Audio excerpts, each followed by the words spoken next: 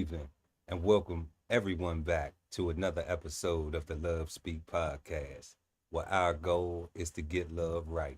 I'm your host, Chef Earl Pearl at DBCHEFTV, always with the baddest of the baddies, Billy Badass Joe, and Hey, we work. are the Love Speak. How you feeling, baby? I'm feeling pretty good. A little bit of a bumpy week, but overall, beautiful outcome. How about yourself? Everything fantastic. It's Thursday. Um, the what they call it, the weekend eve. It's the Yep. weekend eve, the eve of the weekend. So we always thankful, always trying to spread some love and some positivity, and then be productive. So my week has been very productive, and we thankful for that. Yep. So I'm glad that we are here tonight, because man, we got a great show for y'all. Make sure y'all like and share this video. Also subscribe to the channel and hit that notification bell so you never miss an episode of the Love Speak. And tonight, y'all, our topic is falling out of love. Mm. That's what we're gonna be talking about tonight, right here on the Love Speak podcast. So before we get into tonight's topic, y'all, what we're gonna do is we're gonna take a little quick commercial break, run some ads, and then we're gonna come right back to our questions. This whole publication is all about going from nowhere to somewhere, right? Being able to stand on something so that you can travel in peace, right? So bksoulfarm.com, 1016, 160 self-sustainability. Jump on the list and get yourself together, right? Because it is irresponsible to not even know what responsibility means. So get yourself together, food, clothing, and shelter, protection of that, support your interests, and live. Some say that art imitates life, but we say that life is art. So visit the DB Chef TV gift shop and get 15% off of your next masterpiece of fashion. How do you get there? Simply tap the link in the description. Exchange insights Sundays at 8 p.m. East Coast time with the Cigar Panel, smoking on words like two big nerds, hosted by DB Chef TV and BK Soul Farm at Cigar Sundays on YouTube. Subscribe and hit the notification bell so when they go live, you never miss an episode of Cigar Sundays Live. Fans in the Stands is gaining momentum thanks to our viewers. Our crew bring the facts with humor, keeping our viewers entertained and laughing. Join us each and every Thursday night at 6 p.m. Eastern Standard Time. That's Fans in the Stands on YouTube. At the Veteran Kettle Podcast, we thank you for your service, support, and sacrifice to our country. Listen to real stories of adversity and triumph as we give our best to honor our vets. Subscribe today and watch episodes now streaming on YouTube at TVK Podcast, The Veteran Kettle. Love ain't always easy, and we won't stop until we get it right. So bring that ass to the Love Speak podcast. Subscribe today and let your love speak at TLS Podcast. The Love Speak, now streaming on YouTube. Sign up for the newsletter and shop merch and clothing at www.dbcheftv.com. Okay, y'all. So we are back, and tonight's topic is falling out of love. We have 5 questions that we are going to go over this evening at the Love Speak Q&A. And our first question is, what causes people to fall out of love with each other? Our second question is, how do past traumas or experiences shape one's ability to love over time? Our third question, can external issues like work or family issues lead to a love loss? Fourth, what things are important in sustaining love over time and why? And our fifth and final question, is it possible to rekindle love after falling out of it, and how? How do we do that? Let us know in the comments section as we answer each question, and you rock with us tonight and let your love speak in the comments section right here on the Love Speak podcast. We're going to go ahead and get into our first question. Peace, power, and profit. Shout out to Dr. Mo Lamb pulling up this evening to join us. What causes people to fall out of love with each other?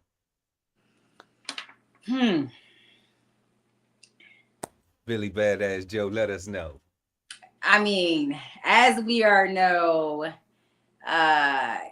what's the word I'm looking for?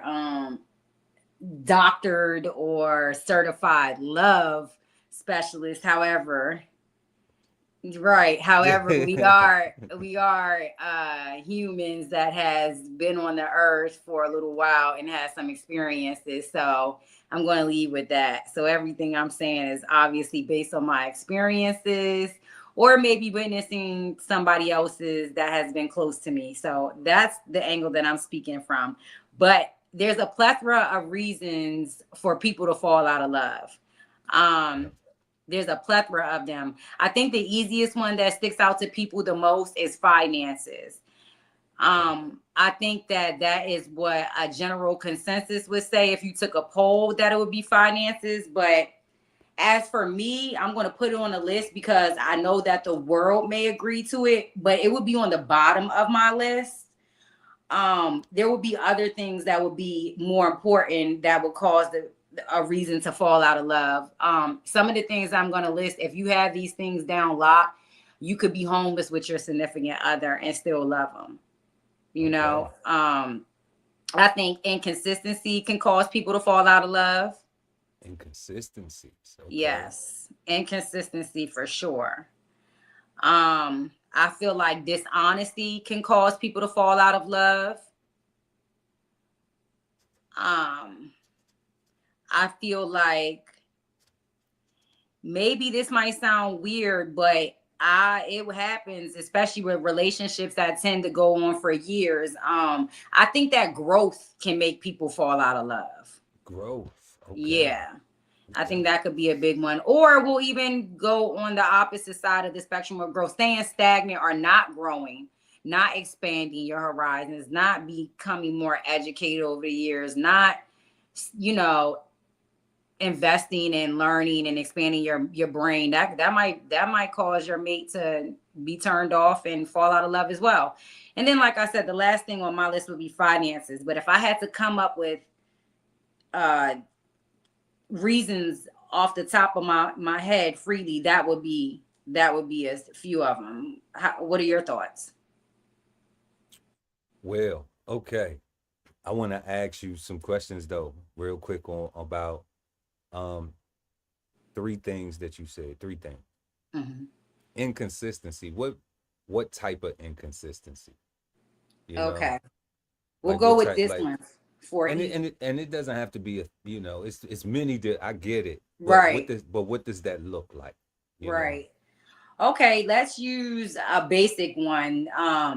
Some people might run into. A man can't keep a job or a woman can't keep a job, right? Inconsistent.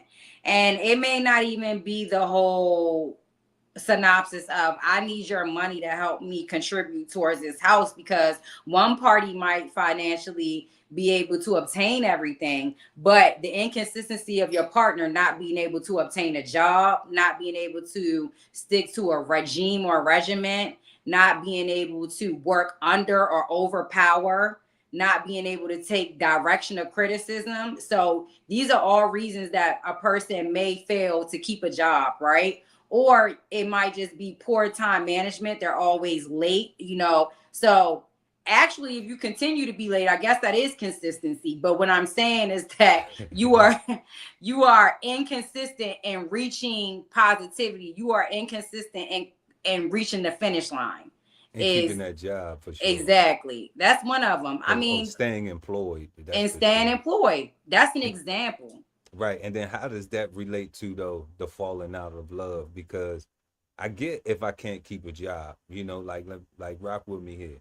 I get if I can't keep a job, then there is something that I need to work on, based on the things you were saying. Like, I need to focus on my tardiness, being more present, on time, I need to focus on being able to take direction. I get that example. People, whether you say working over or under, whether you are the boss or you Exactly. are the worker, The you subordinate, know. right? Yeah. So either way, you have to be able to take good instruction to give instruction. You got to be Exactly. a good follower to be a good leader. You Mm-hmm. know, so I understand that, but those are things where I'm saying that how does that affect the other person in the relationship? Because you exemplify. I'm sure the other person exemplifies it, right? And it's something that they dislike about their mate who they're with. Mm-hmm. Mm-hmm. However, you know how does that affect the love? Because their partner may be able to maybe to give them some tools, to be able to self-improve in those areas, and it doesn't affect the love, and that may be something that is part of their role or assignment in that. Yeah. Even though I know we in a culture where what they say, they want the evenly yoked, they want the ready-made thing, Right. so to your point specifically, a person may have those things that they need to work on within themselves. Mm-hmm. So how if theoretically, if you were dealing with somebody like that, Mm-hmm. you know Mm-hmm. how would that look? Is from the fallout of love approach, you know Okay. So everything we're about to make up or everything we're about to say theoretical. is a theoretical, yeah, because Yeah. I'm not in this situation. But let me speak from somebody if I had to be in it. Let's say if I was the breadwinner in my situation and I did maintain the bills or everything financial. So But I no, don't but have no, but let's not say the breadwinner. Let's just say you was the one who knew how to keep a job. Okay, we'll go with that. Let's say if I was You running a know, keep job. All right, I completely am not against a punching a clock. Like people saying, I'm not built to punch a clock a 9 to 5, right? I get that. Like I'm actually that type of girl as well. Like my spirit is just too free for me to feel contained to 8 hours on somebody's clock 5 days a week, 80 hours every 2 weeks. Like it's just not for me. But I completely understand why it aligns perfectly with some other people, right? But let's say if my absolutely. mate is somebody that it don't align with and they are not blossoming in that area of life. So they go to one job and it doesn't work out. Then they apply and get another job and it doesn't work out. And it's for whatever these reasons are, but it's inconsistency. You cannot keep a job. I'm going to come to a point in a place where I'm going to try to find out why that is the case. And if there's something that you deem to be not fitting for you to work that job, then we need to find something, right? And this is where the love part probably gets teetered at, because if your mate can't be, if they can't suffice in that area, but yet they can't find something else for them to grow and blossom in, then it's almost like, what is your purpose? What are you doing? And I'm not saying working a job is your purpose, but once you find out working a 9 to 5 ain't gonna work for you and you do have a purpose in life, if you want to go work on that consistently and we can see where you're blooming from that at, then I support that. But to take that energy and not go punch a clock, but not also apply it somewhere else in life, that ain't gonna work either. So I do want it to be understood that just because you don't have the, American, getting up and going somewhere, working corporate or this, that, and the third, it doesn't make you less than. But what is important is that you are doing something constructive. You are doing something with your time, and that's just one example of inconsistency. And again, before we get off of it, you could be a hobbyist, you could be a entrepreneur. You need something to show me that you're going to show up for it every day, or that you have something to work towards that's going to help you blossom. That's what I mean by the consistency part of it. Now, what I'm about to say might be far-fetched, or some people can argue it, but 9 times out of 10, if your mate can't keep a job, and let's say if every time they get fired, it is because of they're hard to work with, or they're not a team player, or they're something of that nature, they probably giving you a hard time at home too. I mean, I could be wrong about that. That's all I'm saying, you know? Or like if they're always getting fired due to tardiness, like, yeah, you can set the alarm clock and you can help your mate wake up on time and get to the job. But what happens when you go out of town for that week and you're not there to wake them up every day? Or what happens when you're just so consumed with your own life for a couple of days, you can't be their alarm clock for 4 days, and then next thing you know, they didn't strike out within that week of work, you know? So it's kind of like, this is why inconsistency can cause a couple to fall out of love. It's almost like, do you want a partner or do you want a responsibility? Do you want a partner or do you want a responsibility? Right. Because inconsistency leads to somebody having to pick up the other part of the responsibility that you inconsistently ain't taking care of. You can have an inconsistent partner. How about this? How about the partner who works too much, right? Okay. And let's go to the other side of the inconsistency. And the other partner does work. Maybe they don't, but they are the partner that is full-time parent for the kids. I'm talking about taking them to practice. I'm talking about stand-on practice, being an interactive piece, cheering their child on, coming home, washing the uniform, getting the kid ready for bed, and hit and repeat the next day. One partner might say, hey, you're inconsistent in our child's lives. Like, I'm always the one at the games. I'm always the one at the practices. That's inconsistent for you to not show up for our kids. And they are a priority, just as well as paying the bills and things of that nature. But once in a while, you need to find some type of way to show that they mean something and that you can consistently show up for them. If you keep on finding that partner, you at the games by yourself, and you just, that's how the mother get to talking to that single father that's there. That's how that single father talks to that mom that's there. You get what I'm saying?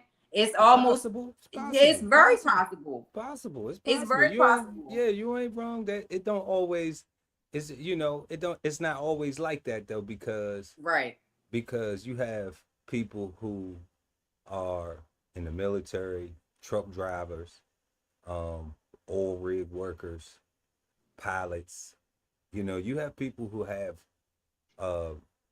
employment that requires them to be away, and that is their role and responsibility of that household. So the other parent's role is to do all of that stuff for the children. Yeah. So that way they don't have to do the breadwinner, the bread, the other part, the hustle and bustle part outside of the house. Yeah. Is going to go get the bread. Yeah. And their employment requires them to have to be separated in that capacity.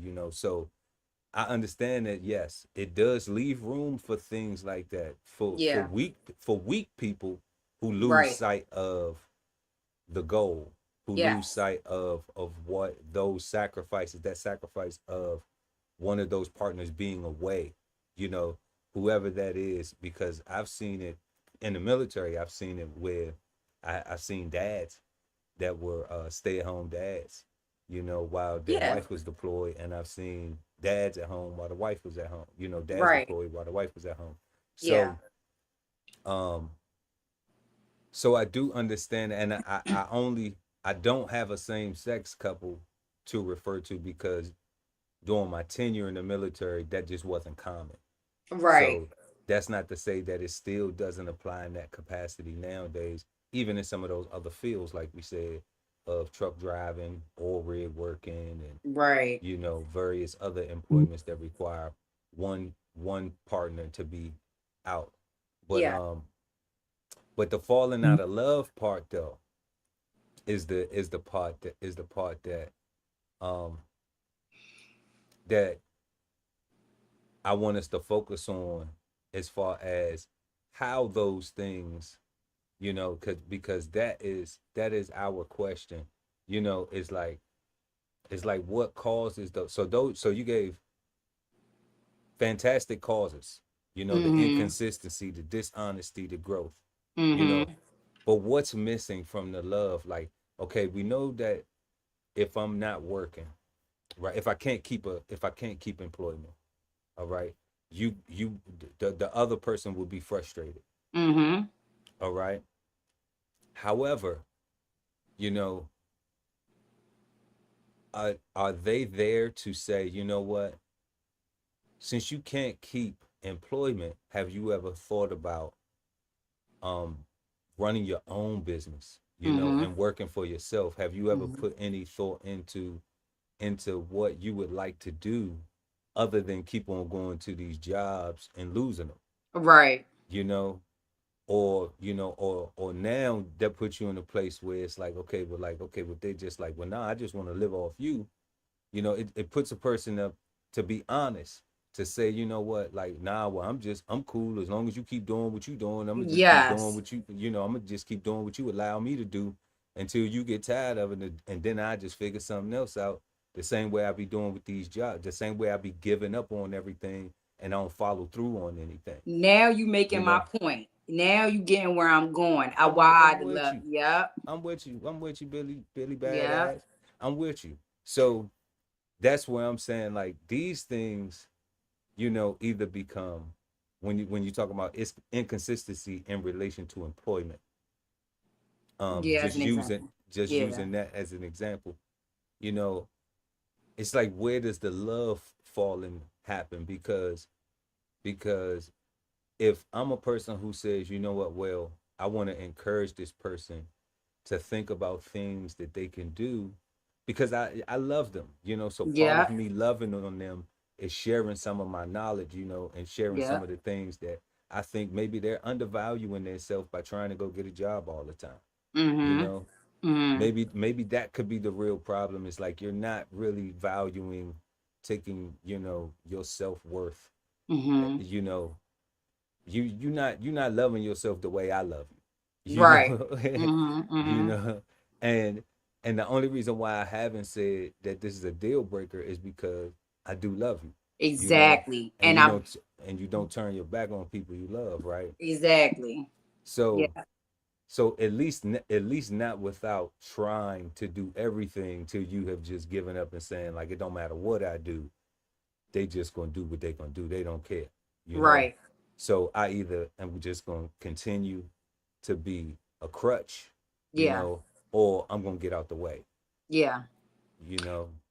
So, I think and that seems to be like, that's where the falling out of love occurs, mm-hmm. where you've exhausted all of, you know, the love, advice, knowledge, you know, compassion, consideration, trust, you know, teamwork, you Resources.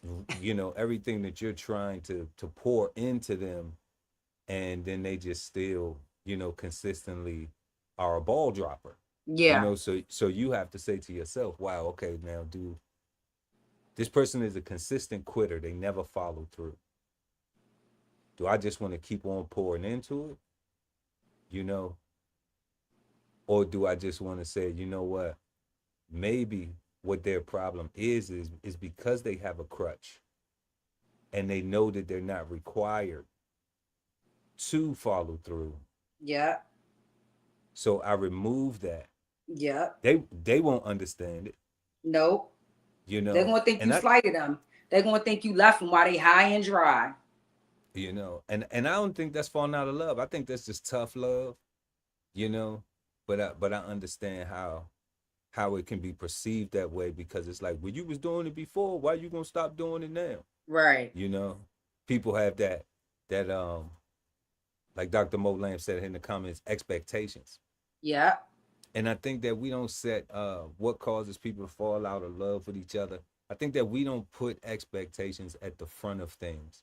I think so many relationships get started, pardon me, um where everybody get to screwing first, Right. and everybody get to liking to just hang with each other, and just, you know, that feeling that you get, and then there isn't anything explained. There isn't any type of well, this is what I like, this is what I need, this is what I prefer, this is, you know, all of these things, they kind of just go with the flow and get found out because people don't have these. It's not common for people to have these conversations at the front of a conversation. You know, nowadays, when you have a man that is opinionated or not willing to be just told anything, you know, I think the young ladies call him sassy. You know, because he'll say, nah, that's not what it is. He'll correct you. You know, and it's not trying to one up you. It's just like so you can get it right, so you can know who you're dealing with. Yeah. You know, and then we have the other end of the spectrum where it's like a lot of women nowadays, but in the dating scene nowadays, you know, it's, well, what are your benefits? How can you benefit me? So if it's just the how can you benefit me, and then on the other end, like it's one extreme to the next. If it's just how can you benefit me, and then it's the guys determining if they even want to deal with what it would take to get the goodies to, you know, to go through that, then there definitely isn't any conversations about expectations going on. Right. You know, there's just somebody telling you like, this what I want in order for you to get what you want. Yeah. You know, so it's kind of like just an exchange. It's kind of just like a business transaction. It's not even really it's not really trying to personalize things to learn somebody, to become friends, and I agree with you. The one thing you said I want to talk about before we get too far away from, though, is the whole having a significant other in the service. You know, first of all, shout out to you. I know you served our country. You're in the Coast Guard, so yes, sir. And also, I know one of the commercials also spoke on the people serving our country. You know, let's just get to that real quick. A significant other who's out of the country serving is not aligned with inconsistency. They don't even fit the profile of this conversation. Now, when they get home and what they doing while they're not away, maybe that could be set for argument. But anybody that's dating somebody in the military, it's almost like you need to get familiar with what you're signing up for before you even do it, because that you don't have an excuse when you are at practices by yourself. Are you doing this or you doing that when your significant other is legitly in the service serving? So those people don't get a pass. They're not included in this part of the conversation. They need their ass kicked if they doing something that they don't got no business doing at that particular time. But it's a lot of people getting their ass kicked, for real. Yeah, and I know I'm not condoning violence inside the relationship. I'm just speaking. There's a theoretical term of So we not. Please keep your hands to your feet. Like an analogy, an analogy, analogy wise, not theoretically. An analogy, correct? Because it is people who are, like you was making the point you was making earlier. There are people who still, you know, are at the games and looking for that single person or married person or whoever's willing to give them their attention. You know, they willing to, you know. So and that's you know, that would be cheating. That would be cheating. That would be cheating. That would be cheating. So that's, you know, causes of cheating, you know, what we call infidelity, inconsistencies, dishonesty, finances, like you said. I mean, and you really supported. When I gave my examples, I gave the beginning with the whole example, and then I gave the ending outcome with being falling out of love. But I think you did perfect with and closing the body of it, basically laying out like the foundation of how you end up falling in love is by putting in the work. You don't just dip out on your partner, like you said, the time hits rough and y'all done. No, you love them. That's why you even got with them. And that's why you are going to put up the fight and walk through the process. But like you said, and like I'm 100% agreeing with, going through that process and not seeing the light at the end of the tunnel can wear you down. The love that you have, and all, more so because you start to discover the person that you thought you were in love with. You know, and maybe at one point in time they were the person you thought them to be, and over time things change. But I think that's the biggest part of it all, is finding out that your partner is not who you created them to be in your mind. That's the ultimate part of falling out of love. Yeah. That's a tough one. That's a tough one right there. You know, I think that goes a lot to expectations. You know, and not having a conversation. Like I always recommend that people live together before getting married. I know that like in some places they want you to, you know, date or whatever. And I still agree with that, courtship and all that. That's all good, you know. But two people with two different habits should cohabitate with each other, so you can see so you can see if those things that you like or dislike, and figure out what they are. Because if you're gonna spend the rest of your life with that person, you need to know those habits. You know, those things that you can see if you can fix them. You know, well, let me not say that. That's bad. If you can live with them, if there's room for improvement, right? And they will understand, you know, your perspective on it, or you know, or if this is something that you're willing to be dealing with consistently because they don't value it enough to improve it or to make the necessary adjustments to accommodate you in that space as well. You know, because it's both your space, it's a shared space. Exactly. So, you know, and things will change over time, you know. So it's like you also have to be, it has to be consistent. It's not just, you know, it's not just like, oh, well, last week you said you ain't want the heat on this, and now you know. Right. It's just like you have to know your person. If they're a person who like the heat up, or they're a person who like it on mortuary in there, you know. Right. Right. So hell, you know, heat on icebox. You know? Right. Exactly. Now, you know, they keep the dead people on the cold. They do. Oh, you right. The mortuary. Damn, I was thinking death, dead, hell. Wow, we gotta edit this part out. Nah. It's not on cremation. You know, that's what I said. They keep them on. Right. It is icebox. Yeah, it's icebox in there. You know, but the cremation. I don't do icebox. What you like, by the way? You like it hot or warm? Okay, so. I mean, cold or hot. So I'm a person that likes it. I like if I could find a place on earth where it was just like 75, 76 degrees all year round, I would be there forever. Okay? Just year round, 76, 77. You know, maybe it go up, you know, and we get some hot days in the 90s. That's cool. But like the lows forever, even at nighttime, 76, 77. I could sleep outside. Ain't there a place like that in California, Arizona, or something? Ain't one of them too? No. No. No, I don't know where in California. I've been to Northern California and needed a coat and some Timbs and some corduroys, long sleeve. You know.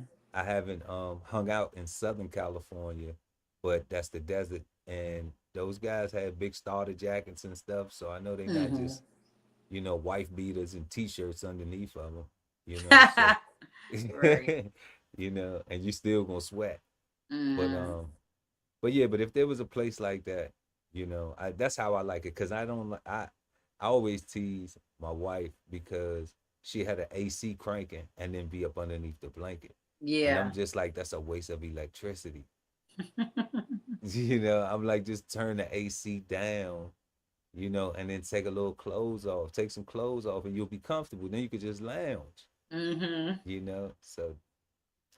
Of course, the husband's always for the wife taking the clothes off. Yeah, you know, you know, that's my move. You know, I think we both win. She get cool. Right. Win is a win. You know, maybe heat things up. Who knows? You know, so definitely. But Well, moving on to our second question. If y'all just joining us, make sure to like the video.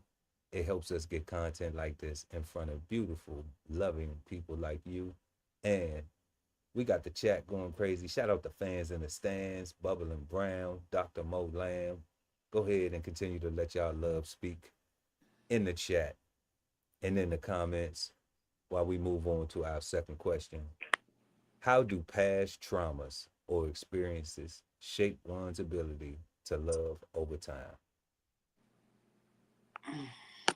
How does one past traumas or experiences shape one's ability to love over time? Now, I'm going to answer this, but I'm going to answer it from my standpoint. And I know I've said this in the past on some of our episodes that I'm quote unquote more complicated. But with that being said, I feel like I'm not more open or understanding, but I think that my mind is not wired per se like majority. So some people I can understand completely how their past trauma or experiences have sheltered them in the love world, or has gave them a synopsis of like, oh, that person ain't or this person ain't, or things of that nature. However, I like to say that I could have chose to go a different route about love with some of the things that I have seen.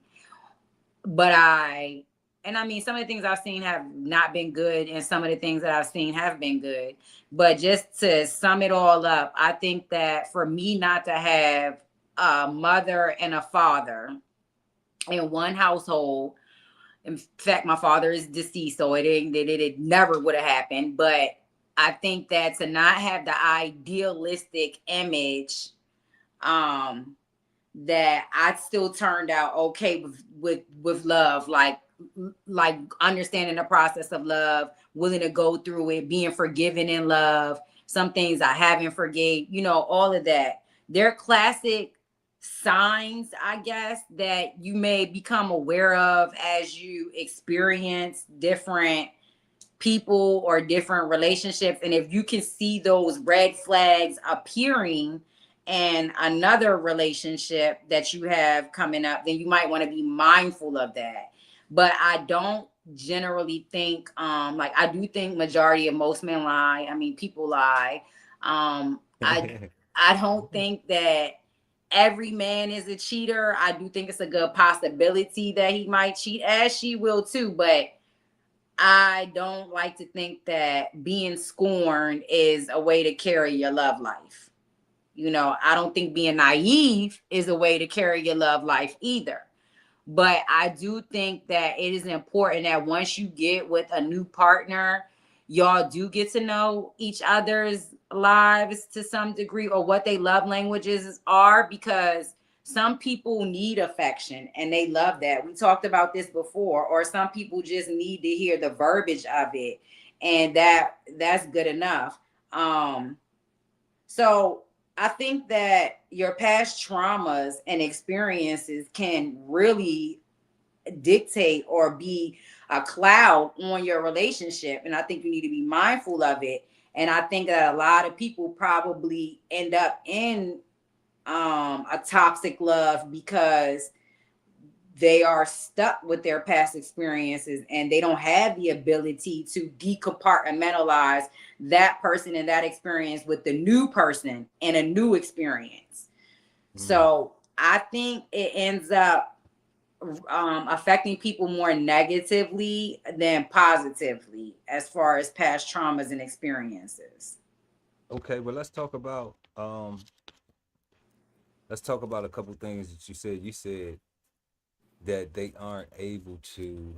The most recent thing is decompress after they've experienced something.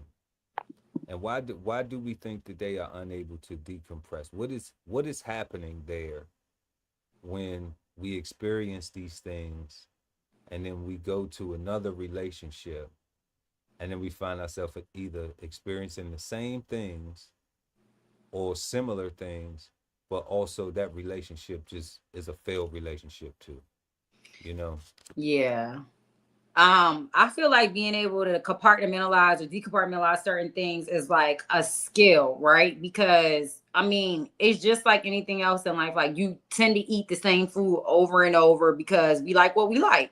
Every now and then we might get a new plate in front of us or a new food, and we may try it based on its presentation, its smell, or something like that. So I think it is essentially the same for relationships.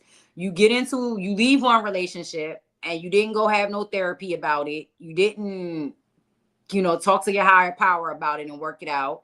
You may or may not have give yourself enough time just to like have life go on.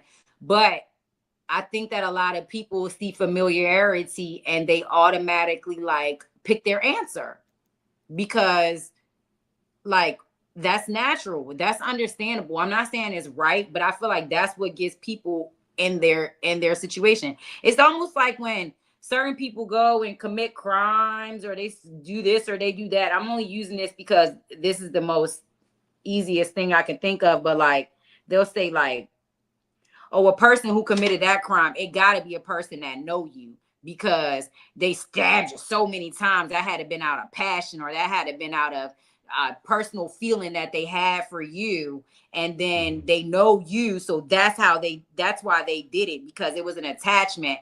But sometimes people are crazy out here. People go out and do stuff to people they don't even know. You get what I'm saying? Because that's just who that person is. So bringing it back to the question is, people do stuff that when it looks familiar, they run with it instead of like almost challenging it or saying, hey, I'm not familiar with this. And then that part alone is scary, just like being unfamiliar with something and then having to like try to figure it out. So yeah, that's my answer. I mean, Yeah, I think what you were saying as far as the food correlation, because this is DB Chef TV, and we culinary arts, culture, and entertainment. But you said they like the way it looks and it smells, so they want to try.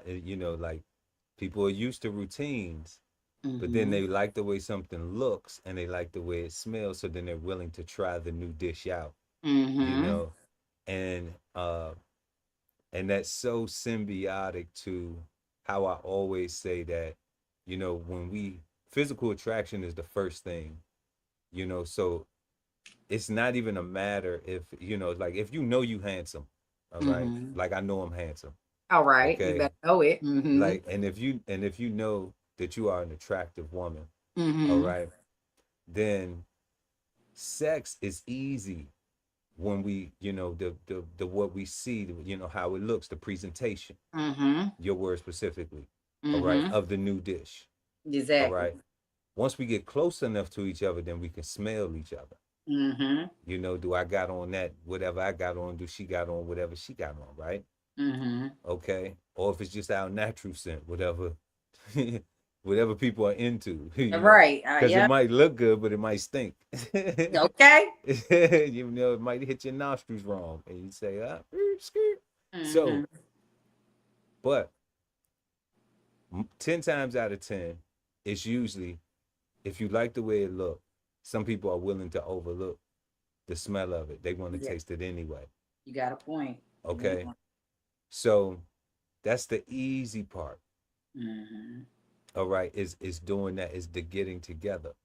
But the part where you said that the thing that could happen, and we know that everybody, one, can't afford it because you do have to have some form of medical coverage. You have to, and you have to be able to afford the time to go, depend on, what other responsibilities you have in life. Even though people have time to go and find that new dish. Okay. Therapy. And we say therapy, well, wow. What does therapy look like? Now, you said some people have the ability, and that's, to be able to, but I think all people have the ability to self-reflect. I think it's Yeah. this if they choose not to. Like, um, like I've dated a young lady before who said that she can't be by herself. Yeah, I heard that. You know, so if if there was any type of thought or inclination that we would not be together, then she's probably already out the door cheating. Mm-hmm. She already starting something else because she's lost confidence in what we have. So she's gonna be, and I mean that didn't last long at all. Yeah, But no. you know, I could tell, cause yeah, by the way you that, know, we yeah, good, you know what I'm saying? We good. yeah, So I'm like, okay, but understanding that, I'm saying, yeah, weak ass, but having some compassion for it, I understand the honesty of a person knowing their self, saying like, yes, I don't like to put up with things. I don't like things to be difficult. I don't like a challenge. I don't like uh figuring things out. I don't like working mm-hmm. together to get to, what we want. I don't like that. I'm not a person who's capable of that, Mm. because I'm choosing not to. Right, Whether and I could say, oh well, they could, but if they are choosing you and they're choosing to not to by their actions being reflective of it, then I'm the fool if I don't believe what they telling me. That's what they're gonna do. exactly. You know. So I think that therapy and being able to know yourself, but when you coming out of these relationships, like the question says, is the past traumas and experiences, and going into something new. All right, or being in the relationship that you are in and you're trying to keep love consistent. If you didn't learn from those past things, if you didn't, self medicate, give yourself therapy where you sat back and you said, okay, what did I do wrong in this? Mm-hmm. Not just looking at what they did. You know they did something wrong because y'all ain't together. Okay. Right. Unless you just was just like, I don't care what they did. I'm selfish. I done did what I did. I'm gone. All Yeah, that right. ain't no, yeah. If that's the case, then that's just being honest with it. And Right. you're probably going to end up in another relationship where you conduct yourself selfishly. Exactly. And, the cycle just continues. But if a person says, you know what, I don't want my next relationship to be like that. So what do I need to do within me? Yeah. And that's where your therapy starts. Just like Billy Badass Joe said, we not uh clinical therapists here. We just speaking from our own personal experiences. You know that you have to go and look at yourself, and you have to be honest with yourself to say what I experienced in my past. You know what those traumas were in my past. I was there, so I played a role in it. I Yeah. don't know to what extent I may have not um, been the agitator, you know, but I was in it. And there Yeah. was something a lot of times people who don't who lack the ability to take responsibility for their own actions say, I wouldn't have done this if you wouldn't have done that. Mm-hmm. Okay. Mm-hmm. So you have to listen to them when they say what you did, Mm-hmm. you know, and it's not to be fearful of it, it's to understand and to say, okay, well, wow, I wonder, how would that affect somebody else, Mm-hmm. you know? And if I look at myself and I don't demonize it, I look at it through self-reflection, through growth, you know, then I can say, okay, well, let me be more mindful that I don't do that to the next person. Because, and even though the next person may not even take it that serious, they may be a Right. totally different personality that doesn't even look at that as a reason to go and do what that other person did that was so offensive or detrimental to your relationship, Mm-hmm. you know? But if you have self-reflected and said, okay, well, I don't want to make anybody else feel like that at all. Mm-hmm. You know who I'm with. I want to take note to self. regardless of whether I agree how this person reacted to what I did, I don't want another person to react like that. Exactly. You know, that I'm with, because one, I'm better than that. I can be better than that, you know, and I deserve a love that's better than that. So I need to be mindful of how I'm treating the person that I say I love and how they're receiving it as well, you know. So I think that is you know, is a proper way I think you did to, it. I think you did it. I think you answered that you know, perfectly because, like you just said, past trauma and experiences, they can dictate your whole future moving forward. But if you taking a majority of the steps that you just listed, you're gonna run it. It's not gonna run you. And I think Bubbly and Brown made a good point and or a comment, and it does support what you said. Doing the same exact thing over and over and expecting different results. That is the definition of insanity. yeah, So like you just said, if you want to take some time after you leave one situation and do some self-reflecting, do some healing, do some thinking, then your next situation hopefully will be better. Maybe not perfect, but better. definitely, definitely, yep. And better is always, Is the way always the better. direction to go. Yep. So moving on to our third question this evening on the Love Speak Q&A. Tonight, y'all, we are discussing falling out of love. Tell us what you think in the chat and let your love speak in the comments. Our third question: can external issues like work or family issues lead to love loss? Absolutely. Absolutely.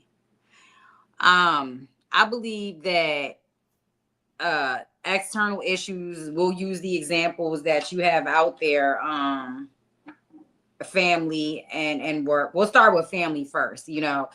I think that's a major one because a lot of times when people date, depending upon who your significant other is, if they are family oriented, you're not just dating that particular person, but you're dating the family. And I love that to some degree. Are you dating the I was about to family say, though? I love that to some degree. To some degree. Okay, let me restart this whole statement because there are some people who are not family oriented, but once you start dating them, you'll see how much of their family consumes their being. So even if they're not family oriented, like going to every holiday or making every auntie, uncle, cousin event or something like that, there still may be members within the family that are still very consuming of the family member that is your partner. Okay. So I What don't does want that to look say, like? What does that look like? What does okay, that that look looks like? like maybe I'm dating a man who spends a lot of his time with me, but his mama might be a, not, what's the word I'm looking for? She might require so Okay. much attention, finances, problem solving, whatever the case may be, that it is very much uh something that is impressionable in your relationship. Okay. We'll go with Now, that. look. Now we have to ask. We have to ask because it's a lot of men who do stuff for their mamas out here. So look. So let me ask. But I know what the difference between um a titty boy is. Right.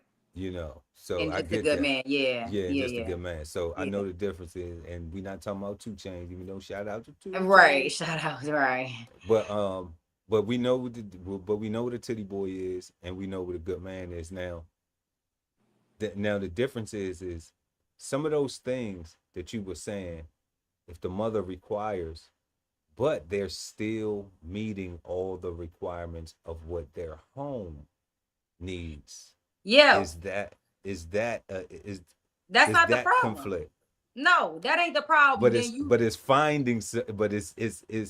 it's the limited availability of guys who know how to balance that. yes. I was about to Okay. say, if you have a man that's doing what you just said, finding the balance, you don't got no problem. I mean, I actually support a man that has a good relationship with his mom. And ladies, you might want to find a man that has a good relationship or a relationship with his mom, because it's tougher. And I'm saying this from my experience. It's tougher being in a relationship with a man that A, got a strained relationship with his mama, or B, just a disrespectful one. Like, I can't go for either one of them at this big age. Even a man that tells me that he don't got no relationship with his mother because his mother was a piece of shit all his life, I still really don't care to have those type of men be my partner, because it let me know that whatever trauma or detriment that she has done to you is still so deep resided in you that you ain't even been able to just be like, you know what, I only got one of you. I don't got to keep you right here as if I got to do everything for you, like you was the best lady in the world. But if you can't get past your own internal feelings about how you felt about this lady that did you wrong, like you got a lot of working out to do. And I know I might get a lot of backlash for that. I'm not saying you got to forgive your mama for everything she did. These are to the men that have a strained relationship or a bad relationship. I'm not saying she need to get a trophy or a prize, but I think that it don't do you or your mate no good for you to be harboring them feelings about the person that gave you birth, because that individual had a life well before you came. And I'm not making excuses for them. I'm giving you a reason to free your own mind from the shackles of how they treated you or mistreated you or fell short on treating you. You know, that's for any man out there. Yeah, any man out there. So I definitely think, all right, but even we could use that as an example. But what you said ain't a problem. If you got a man that's finding balance between the two, and then you got to deal with that woman and be thankful that you got a man that's balanced in the two. Now there's some other like parts of the family. For example, let's say if you date a man that has children with other women, one other woman or multiple other women, and you guys are in a situation, or maybe he has an ex-wife from hell or whatever the case may be.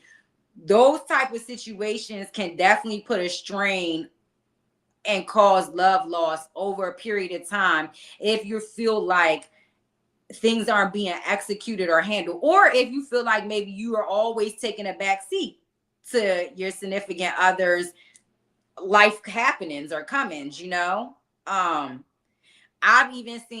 I've never witnessed this period, but I can see how even somebody's own kids can cause love loss and a relationship between man and woman, because you letting your child run the show, and your child is a priority forever and always. But when you have an of age adult child and they are choosing to live their lives a certain way that pulls a lot of resources from a parent, that can make that parent become a depleted mate in a relationship, because they always got their energy focused up on how to solve their child's problems, or they're always consumed with what's happening of the child, and that could be whether two parents have a child and one parent just decides to, parent a certain way, and the other parent's like, nah, we ain't doing that. That ain't what I signed up for when we decided to have this kid. Or like I said, it could just be an outside entity. You could be the person coming into a situation that was already created before you came in, Yeah, especially if their decision wasn't based on sitting down saying, let's have sex to have children. Yes. Yes. Because because if it was just, in my case, how I got here, two people was having fun and my mama had a son, so so you definitely have to, if you can, we recommend you do, because it'll be more beneficial, man. I'm telling you, nothing. Hold on. Bubbling Brown says something. And on the flip side, some women have daddy issues. He's absolutely right. And I don't know if that one will probably be geared toward question number 2 that we spoke on. How do past trauma and experiences shape the ability to love over time? Bubbling Brown, I think that one is more so geared or influenced towards that question. And I think you're right because see, I think it applies to both though, okay, because that's an external issue that you right, y'all right. that's an external issue because it's a family issue. It's something that you brought with you, even though you're right too. It is a past trauma or past experience, but it can lead to a love loss, in the form of just the inability to communicate. An inability to cohabitate, to I think like nowadays, roles have been getting such been devalued so much, Yeah, you know, that we need roles. Like roles are important. Like no business functions without people having assigned a roles. delegated role, absolutely. So people always want to say, oh well, you have one spectrum of the circle where people say, well, marriage is a contract, and and a business and this and that, and they go into that, and there's truth to that. All right. And then you have the other side of the spectrum where it's like, it's a contract between you, your spouse, and God, you Yeah, know, and and you are agreeing to with these words, for better or worse, sickness or poor, sickness or health, rich or poor, um, all of these things within these vows that you say, okay, um, these are the things that are going to be the foundation of this relationship. And whenever we deal with anything, whether it's work, whether it's a family issue, whether it's a past trauma, past experiences, we put them on that table with that right there first, as that being the anchor, you know. So with the roles, with the role being so distorted, um, or maybe that's not a good choice of words. Some people might disagree with that. Um, reinvented, restructured. We have it now where what we was talking about, what causes people to fall out of love with each other. Question one, and then like work, it correlates. Finances, one of your answers, right? The finances, when it's looked at as like, well, I make this much money or you make this much money or something like that, then it's like, okay, well, is the money the thing that's determining the love in a relationship, or is it, right. what are our goals, what are our core goals? When you said the thing about being able growth, Mm-hmm. I wanted you to expound on that a little bit, and I didn't want to misinterpret it. That's why I wanted to be able to ask, but just in a theoretical way, growth a lot of times is usually referred to as outgrowing the other person. Yeah. Okay. So that means that goals change, you Yep. know? Um, and I understand that from a perspective of my first marriage, where I could say that I outgrew a situation from a lack of being able to spend time with the person, and learning Yeah. who they were, so Yeah. being apart, I was growing differently, getting exposed to different things. So when we came back together, habits that I had, habits that they had, didn't work. Things were clashing. Yeah. So I, credit that to a growth, Yep. to growing in different directions, desiring different things, and not knowing how to come together and communicate that and put it on the table so we can make space and room and cultivate it Mm-hmm. for each other to be able and facilitate each other's growth, Mm-hmm. you Mm-hmm. know, Mm-hmm. so it wouldn't lead to the loss of love, as it did. As It it would, did, right. as it, and that was me having to be able to self-reflect, to understand that, to say, okay, when I get into my next relationship, you know, I don't want it to end like that. Right. You know, Right. so that's why, you know, I have to take accountability for myself. What was I unable to do? What were the things that I was going through mentally as well, you know, and that were challenging to me? Understanding what that person was going through and saying, you know what, okay, well, we both weren't able to do something. We both weren't able to allow our external issues to be put on a table Mm-hmm. where we could go through them and Mm-hmm. communicate them, share them with each other, have enough compassion to understand each other, formulate a plan so it wouldn't lead to us losing love for each other. Mm-hmm. You know, Mm-hmm. even with the family issues, you know, Mm-hmm. that's why I was teasing you with the, well, what if you got a guy who's doing all that, you know, because that was a huge thing for me.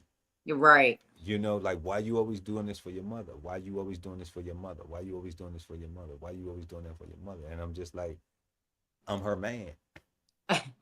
That's a whole nother show and topic. You know, Right. you know, I'm her little man. But that So, was the problem though, because no, you my man is probably what your wife was thinking at the time. You know what I'm saying? And but we not going without though, and that's why I added that caveat yeah, where like, if we're not going without, and the right. things that you say, okay, can we do this? And it's never a no, it's just a maybe, a not right now. Right. You know what I'm saying? Because we have some other things that we need to focus on first, Yeah. but we could do that, you know, Yeah. then what's the problem? You know? Right. Because if it's a not right now, but you want to do it right now, but then you're not going to go do anything, you're not going to put in any extra work to facilitate us getting there faster. You Right. waiting on me, then I'm cool with that, you know, because I'm not going to make a promise that I can't keep. Right. However, I'm being transparent when I'm saying the time is not right Right now. now, you Right. know, but here's the plan, and we're gonna execute this out, you know. But meantime, in between time, I have these responsibilities, Yeah, I agree you with know. you. That's kind of a sticky subject because, again, if a man is doing both, then I really don't foresee it being a problem. Like, it's not like you're choosing one or the other. But as I sit back and listen to this, I could imagine being a woman and my man telling me we got to wait to do something because he got to do something. I'm not saying this was y'all case. Yeah, because he gotta do something for his mother, right? Yeah, exactly. Now, Yeah, but then I feel you 110% because you being transparent. And if you're saying like we could get it done sooner, if you want to help do something as well in contribution to it, then it's almost like you stop me in my tracks because how can I be mad about that? You know what I'm saying? other than the desire and the demand, you know. Exactly.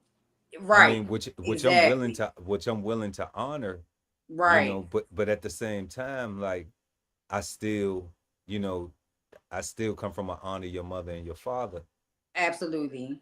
you know. Absolutely. So, Yep. you know, so like you're making it difficult, Mm-hmm.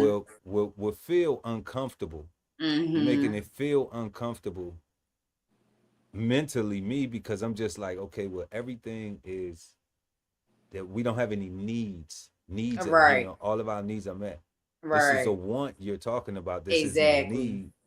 And I'm just saying, you know, at that time, at that period of my life, it's like, you know, and at that period of my finances as well, it's just Yeah. like, you know, okay, well, this is also a need, you know, for this Yeah. other situation that I have to take care of. This isn't a want, you know. It's not like if your mother calls you to pay her rent, that you're paying for your mother to go on a vacation, Right. and your wife is asking you, you know, hey, can we go on vacation? And you like, not after I pay for this vacation for moms, then we can go in a couple more months after we save up some more money.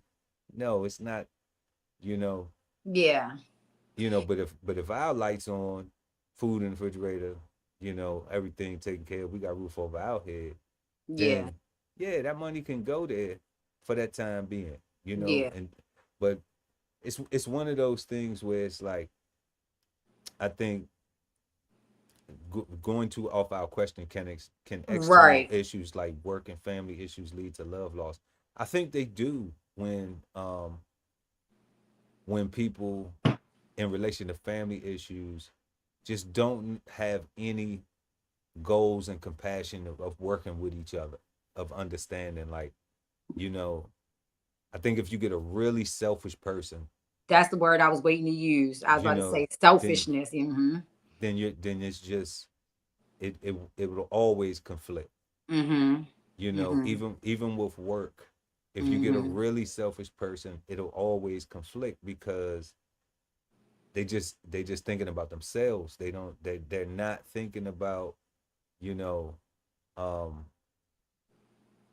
about the things of whether it's a need, of whether if it was, um like I would ask this sometime. I would ask, I said, so what if it was your mother? Mm-hmm. You know, what if it was your parent? They can't fathom it though if their experiences have been different with their parents. Like they can't even fathom it. Like it don't even come across. What you mean pay my mother? My mother been paying my school bill and I call her to pay my rent when I'm down. You get what I'm saying? Like some people just can't fathom it because it Right. is not part of their makeup, you know? Yeah, and I understand that. It took me a while to understand that um that back in the day they had arranged marriages, Mm-hmm. and I think that that's something, even though it sounds so, you know, uh Inhumane. inhumane, I guess, but I think that that was something that was good in certain senses, because what I found was that, to your point, when people don't have the same past experiences or family issues, there is a lack of compassion. Where, like you just pointed out, well, I've been asking my parents to do this and do that and do this and do that, so I can't even imagine my parent asking me to take care of a necessity for them, because I've always had them to take care of necessities for me. They've always been my crutch to Mm-hmm. fall on if I get hurt. You Mm-hmm. know, I've never had to be a crutch for my parent, you Mm-hmm. know? And I think that, like, with that structure of arranged marriages, granted, everybody is productive and, productive members of society, people that want to do stuff. I think that coming from the same, having those type of experiences helps people deal with it. Where, like, if you are a person who's a single parent, who is a single child, uh, a child from a single parent home, marrying somebody else, typically from a single parent home, you'll have a lot more in common. You'll have a lot of those same, you'll understand a lot of those same things. You will have shared some traumas because there was a parent absent for whatever Mm-hmm. reason. It may not be the same extent or for the same purpose, you Right. know, because one might be valid and then over the years, then they got divorced, You're right. so they could have been married, and like we was talking about, we had a military member who was deployed, and then they got together after the person stopped being deployed and got a divorce. So they was year for 8 years. You may have my situation where your dad, left, you know, Right. and then, so you still grew up in an environment without a parent. So there'll be something also through that experience that they'll be able to talk about and bond together and even help each other cope with. Mm-hmm. Having a parent that they seen struggle a little bit, or a lot, or Mm-hmm. whatever level, there's some compassion. They understand that, when because they've probably been in a situation where they've had to help their parent. They have to Mm-hmm. assist their Mm-hmm. parent in making sure that, that we keep a roof over our head and we keep, provisions going for ourselves. Mm-hmm. So, you know, we don't know how we would put that together, Right. but Right. but I think that that's a thing that was very valuable at one point in time with trying to structure families, you know, to make sure that you put Yeah. people together that are going to, you know, build families and uh and pass on, you know, some good traditions. Yeah, I am actually like that's a conundrum for me because I support where you coming from and I do get the essence of that, right? Like same like background or demographic or whatever the case may be may lead to like more of a success rate for that marriage, right? But societal wise, I don't know if that would be beneficial because that seems like that's kept for small communities, right? Then I'm just thinking about the life in the world of today, right? And you Yeah. have like, let's say this little poor person from this town over here, and then they end up going out to the big city and they end up meeting this extravagant rich person, right? And they end up becoming an item for plenty of reasons. And the extravagant rich person could go and marry somebody just as extravagant and rich as them.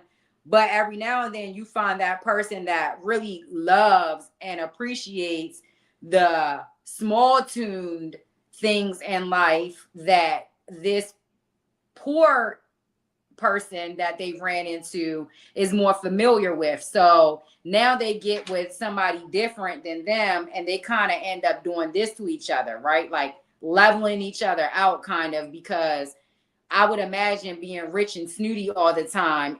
Ooh, I did not mean to say that because not every rich person is snooty. Snooty, right? Yeah, but Rich and I could have snooty.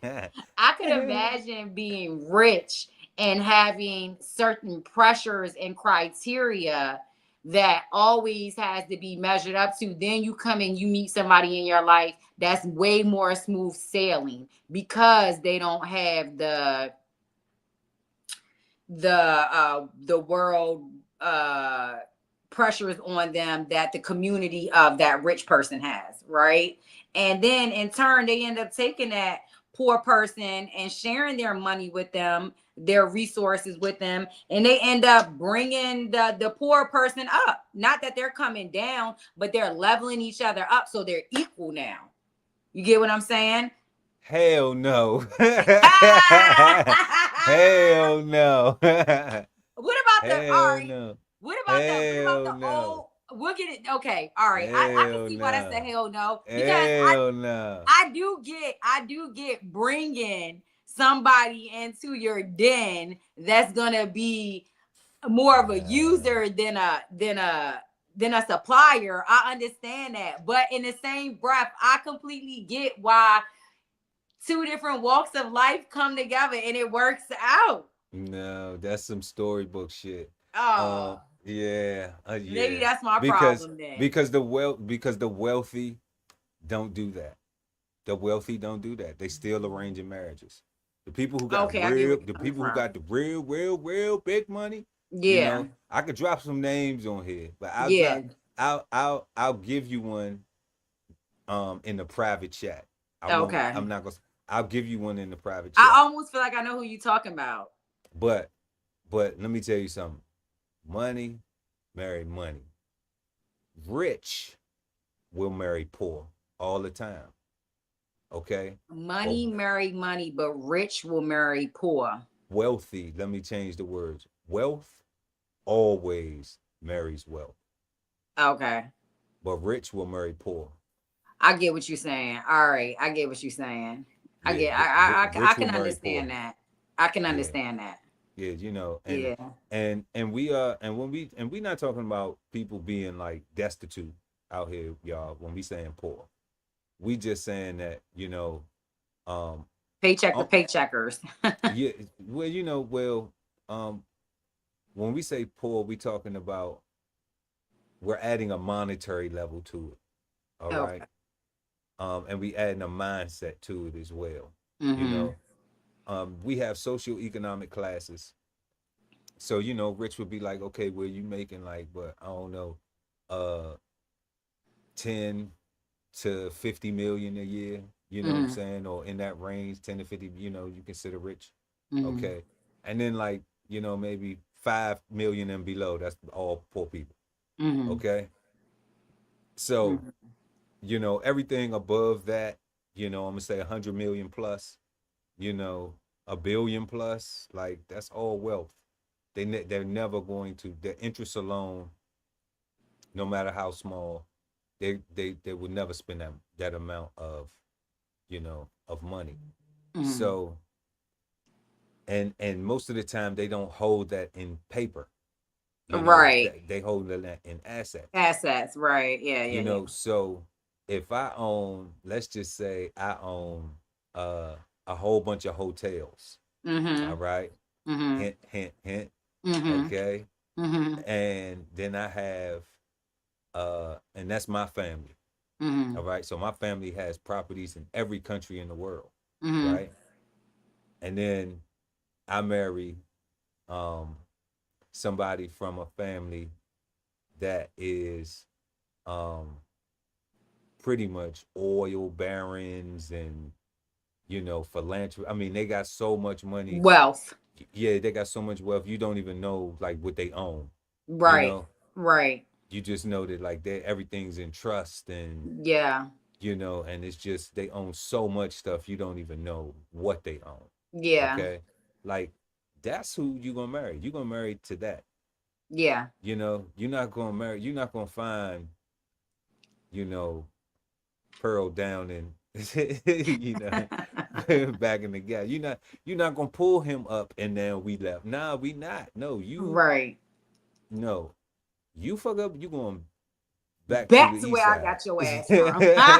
Back to the south side you go. You Right. know? And you're gonna sign a prenuptial agreement because the family is concerned about Protecting. protecting To their protect. wealth. Yeah. Exactly. Yeah. Because you don't come from the education, you don't come from that class, you don't come from that culture. So to you, you know, everything is new, everything is, ooh, I'm winning, I'm this, let me get. You're more focused on the spin. You're not focused on the create and the Right. Or what it's to continuance. take. Exactly. Exactly. That's what I was going to say. So it sounds like that for the purposes of this conversation, rich is more disposable than wealth. Wealth is long term. Okay. It makes You can perfect spend sense. rich. You can Yeah. spend rich. Yeah. You can spend rich, but it's very difficult to spend wealth. You can Right. spend rich easy though. So Bubbling Brown says, so now, so if I win the Powerball, am I now rich or wealthy? Use rich until you find something to do with that money to make you wealthy. There you go. Yeah. There you go. How you gonna And if you invest it? come across the wrong one, you ain't gonna have time to get wealthy because she gonna spend all your riches. You're gonna spend all your riches. You know? Definitely. Hmm. Which brings us into number 4. What things are important in sustaining love over time and why? Hmm. Okay.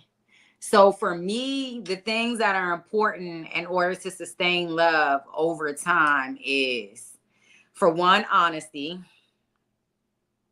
It's probably one of the hardest ones, but it's probably the number one thing that will hold y'all together over time. And honesty can be broken into many compartments, many things, like as simple as, I don't like the way you do this no more. I don't like the way you do that. I'm not attracted to this. I'm not attracted to that. Like honesty, because these are things that once you say it to your partner, you letting them know, and that gives them the ability to go in and try to maneuver things to your liking. And that's for both sides. You get what I'm saying? So honesty is important.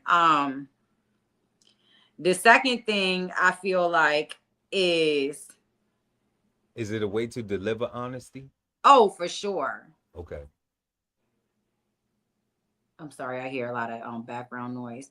There definitely is a way to deliver honesty. And I feel like if you don't find, see me, I struggled on that over the years. And when I self-reflected on some of my relationships that I had, I feel like I could improve on that. And it's not about sugarcoating or like, or, blowing smoke up someone's ass. It's more so like, you don't want the message to get lost in translation, right? Like you don't want a motherfucker to be able to focus on the way you deliver what you said because it was so hurtful or so blunt or so mean and rude. You want to be able to like have that person receive what you said. So that way your message is heard versus getting thrown off by the delivery. So it's important. It's very important. And then once you learn that lesson in life, not only will it be beneficial for your relationship, but you're going to be able to move a lot smoother through life in general if you could find a way to tell somebody how you really feel without being, lack of better terms, a bitch about it. Or coming off as offensive. Offensive, Right. correct. Yeah. Yeah, that's even better verbiage. Yeah, Yeah. you're right about that. I definitely think, before you go into your number two, I definitely think that that it is the person that you're dealing with too.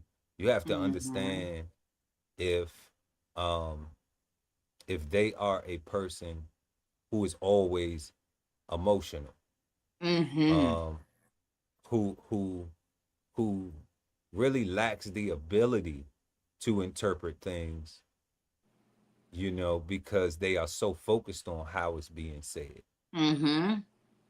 Because I've experienced that with men and women. Yeah.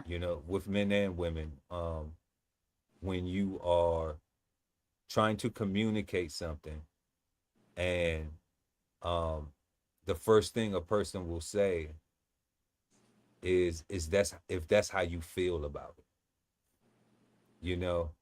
and that response is always a deflection from what's being said, and it's more about how they're receiving what you're Yeah. saying to them, because things don't always have to be feeling motivated. They could be things that are just trying to resolve something, just trying to communicate some issues, and then just and then get to a plan, get to a solution, so Yeah. that way things can be cohesive. But I think that learning your partner, or who you're communicating with, learning their communication style. We talked about that one show, The Love Language. That's probably something, that a communication style, and being okay with that, where there still is a level of respect, because sometimes uh you have people who just are not uh rude in their presentation, but they may be loud. Yeah. Me. you know Right. and because they're loud, then the person perceives that, or receives it as it's negative, Yeah. just because it's being communicated so passionately. Yeah. you know Mm-hmm. and and that's one of those things where it's like, when dealing with people, you have to take that into consideration with a partner, or other individuals, because people, they a lot of times they won't respect the way you do it. They'll just think that you're rude, Yeah. or they'll think that, they'll put whatever makes them feel comfortable, to, and I always say, to deflect from talking about whatever it was that they felt that was being said loud to them, Exactly. or they thought that you was in your feelings about, and just completely negating, the meat and potatoes of what you would The communicate, problem. Right. Exactly. of which trying to get solved. I agree. And to go off of being honest with each other, this could be like a whole nother segment of another show. But the reason why honesty is important too over the course of time is because while y'all are honesty is always important from the beginning to the end. But once you are with somebody for a while and you feel like they got to learn you and you got to learn them, honesty is important because you don't ever want to feel manipulated in a situation, right? So I feel like, just down to what you said about communicating and knowing who your partner is. All right, so I'll use an example for myself, right? I used to get triggered during one of my relationships when we were talking, and I was then in the pot that we're talking about, as far as losing the message that he was telling me now, because I didn't heard a word that he said as he was explaining to me, and he wasn't loud and he wasn't aggressive and he was none of that, but it was me as the person receiving it, and some of the words that he was using that used to just send me, right? And I think because I felt like we lack honesty with each other and trust. So now I'm thinking you're being manipulative, right? So that's why, because it's almost like you're picking out something that you learned about me over the course of the time that we were together. And now you're using it at this time to not critique me, but you telling me about myself. And that's okay in relationships where the honesty is solid, because you feel like, dang, they trying to make me a better person, but if you feel like the honesty over the course of time has depleted, or you found too many things that pop up that didn't coincide with honesty, it's not good, because then it starts opening the door for the mind to go into other places. Basically, like you said, you'll have somebody you dealing with that it ain't about you no more about what you say or how you say it. It's about how they're receiving it. So yeah. So I feel like honesty is important to keep to sustain love over time. I also think I don't know the proper word for this, but it's almost like a lot of elder people don't do this, but it's called like opening your mind to think differently than what it has, and also like being welcoming new experiences. I'm not saying like you and your partner, y'all been together for 30 years, it's time to go have a threesome. That ain't what I'm saying. Hey. That ain't what I'm saying. But a lot of individuals, and this is an individual thing, and then you come together and you become partners. But a lot of individuals, I've noticed, like women and men, they are so stuck to what they were ingrained in with their beliefs. And I think that's solid. But I also think that don't be ignorant. The world is changing, like I kind of feel old myself, because sometimes, I mean, I am old, but sometimes, and I hope to be blessed to be even older one of these days. I'm not as young as I used to be, and I didn't understand some of the sayings that I would hear our elders say until now I'm older, and I'm like, damn, I'm acting just like my elders was, or what them kids got on. We weren't wearing stuff like, or listen to what they rapping about in that music. You get what I'm saying? But it's more important for me to be able to adapt. I didn't say accept. I said adapt, which means understand the environment, understand the people, and all of that, versus me walking around stuck in my own way. So what I'm saying is that in order for you to sustain love over time with your partner, you need to be able to be willing to develop. You need to have an open mind. How you feel about that? Man, sustain. Adapt is cool. Let's see.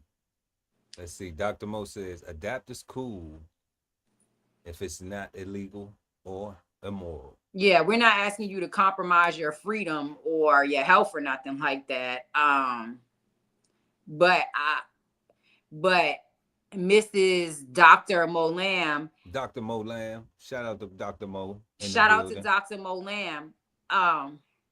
Only open for no criminal activity. Come on, Molam. You be a little boring. It's like, no, I'm just kidding. But no, honestly, even if it's, I mean, there's so many minor examples that could mean majorly. Like, I'll give you one right here as far as opening your mind, adapting or trying new things. Sometimes there's couples that get together.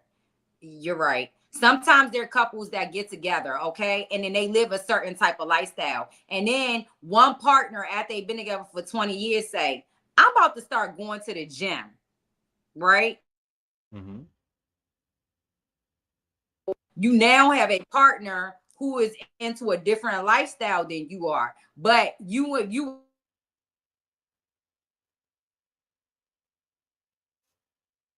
can you hear me?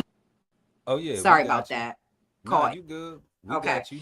So you were never into, you were never that. And you ain't going to be into that. And you ain't going to do that because I ain't getting off of work, or I ain't taking my time throughout my day to do this, to do that. What I'm saying is it's important to expand your mind and integrate in new activities and things, because you don't got to go to the gym, but if you and your partner can come go do something active together, like maybe y'all could start walking together. Maybe y'all could do a partner yoga and me class together, or things of that nature. That's what I'm talking about as far as expanding. It's a minor example, but it could be a major difference in your relationship. No, I agree wholeheartedly. Yeah, anything that is going to improve your quality of life and your health, and give you more time with each other, potentially, It's going to should sustain it. yeah, it should be something that is mutually agreed upon, and and look forward to, um, and will be sustaining, Right. sustaining over time, because you know we know as we get older, everybody ain't looking the same like they was when they was younger. Right. So, Exactly. so that is one of the joys and privileges of getting old. Yeah. Um, but definitely, um, man, things that are important in sustaining love over time. Mm-hmm. I'm going to go with what you said, the piggyback. You said honesty, but I say one big word: integrity. First, self Mm. integrity, because that encompasses that, and consideration, um, Consideration is big. patience. Mm. You hit it on the head. Um, I always use this word tolerance, but people demonize the word, but that's just because they don't know the definition of it. Um, and discipline, Mm. um, and then a desire, a That part. desire. Yeah, we got that effective. We got communication, you know, um, and communication, of course, but that desire, because one thing the God Ali Dawudel BK Soul Farm always says is that when he is sharing with us about his wife and their relationship, because they've been together for like 30 years. Salute to them. And they young, so that's rare. You just don't see people that young, who've been together that long. Um, it's waking up every day and being willing to put in the work. Mm-hmm. So that's what I call that desire, that thing that is desire. When we say, what things are important in sustaining it. Nobody is making you, nobody is forcing you, nobody is saying when you get up in the morning, whatever your partner is dealing with, nothing is forcing you to stay there and say that I'm gonna have uh tolerance, I'm gonna have consideration, I'm gonna have integrity, I'm gonna be willing to communicate, I'm gonna have integrity about it, I'm gonna have love, I'm gonna have some trust, some respect, some discipline, I'm gonna have all these things to put into this pot, some compassion. Nothing is forcing you to do that. That is a self desire, wanting to be there, wanting to be used in that fashion, wanting to be accessed, accessible that way. And because, like you said, in our modern culture right now, it's so typical for us, for anything. If you're not beneficial, I'm gone on to the next benefit. You know, and it's working both ways. It's people quitting on each other. People are not bringing those things to the table to say, you know, what is our goal? Is our goal to get old together? even if that is the simple goal. We just want to get old together, you know, so I can look at you and you can look at me and I can pick on you about this and that. And we can reminisce about all the fun we had, and we can talk about all the stuff we did or what we didn't get to do, what we need to go do before we die, you know, and enjoy that with your friend, with somebody who has never turned their back on you, somebody who has never wavered at a time of distress, you know, weakness. They never show, you know, they never show so much weakness to give up on you. Right. You know, you could count on them. They could count on you. You want it to be counted upon. You know, that you looking for situations where you can come to the rescue. Both of y'all. You know. So I think if that's the mindset, you know, if those are the things that are put at the forefront, you know, that's the why. You know, that in order to get to that goal, you know, you won't obtain it if you don't have that overall encompassing those things, but that self desire. I agree. To want and need that, to need it for yourself. Yeah. You know, for whatever your own personal affliction is, that you need that for yourself. You know, but you know, I want to do this. Yeah. It's know, definitely a choice. Yeah, it's definitely a choice that I want to do this. I want to be a part of this. It's something that when you look in the mirror, you are happy with what you are seeing and the things that you were doing in that relationship and everything that comes with it. You value it. You know, you added value to that, and even the struggles within it, you know. Yeah. I agree with you. And I feel like we probably could think of a few more things that would sustain love over time. I think that Miss Dr. Molam did have a good point that everything we just talked about. And then she adds, I had to learn to slow down, be patient, and be proactive and limit last minute requests. Okay, so the slowing down part and being patient, 110%. Definitely being proactive. I feel like that's in regards to what Chef Earl was talking about in reference to making like a decision every day when you wake up to choose, you know, your partner. Be proactive, do things that you know would be positively geared towards the relationship. And even if it ain't nothing physical, it's about making decisions every day. When you out and about, somebody hit on you or want to exchange numbers, it's a no. Your coworker that you see goddamn every day that's giving you signs, it's a decision to say no. Going home and getting in the shower, and then after you lay down, like rubbing on your partner instead of going straight to sleep, giving your partner time and attention. It's all decisions. And like you said, it's a desire, something that you have to want to fulfill in addition to everything else we talked about. Absolutely. Yeah. Dr. Molam also said, I'm learning a lot in my current relationships. I've been practicing all of what we've been saying. It works for you if you take your time. Don't be in a rush. Yeah. And even one of the comments she added, and limit last minute requests. I feel her on that, actually. What's a last minute request? Y'all got what's a last minute request? I mean, a last minute request could be something as simple as your man telling you on Monday at 4:00 when you about to get off of work that tonight for dinner that you make at 6:00, he might want jerk curry chicken or something that you gotta go to the Union Market and get something that the chicken gotta be sitting for 2 hours before you even something that you can do, but you would have liked to know maybe on Saturday that you was gonna make him jerk curry chicken on Monday. Something similar like that. It's not major, but if that continuously happens, it derails your plan, your day, your life, the things you got set up for yourself, Well, look, I got something for that, Billy Badass Joe and Dr. Mo. Let's hear it.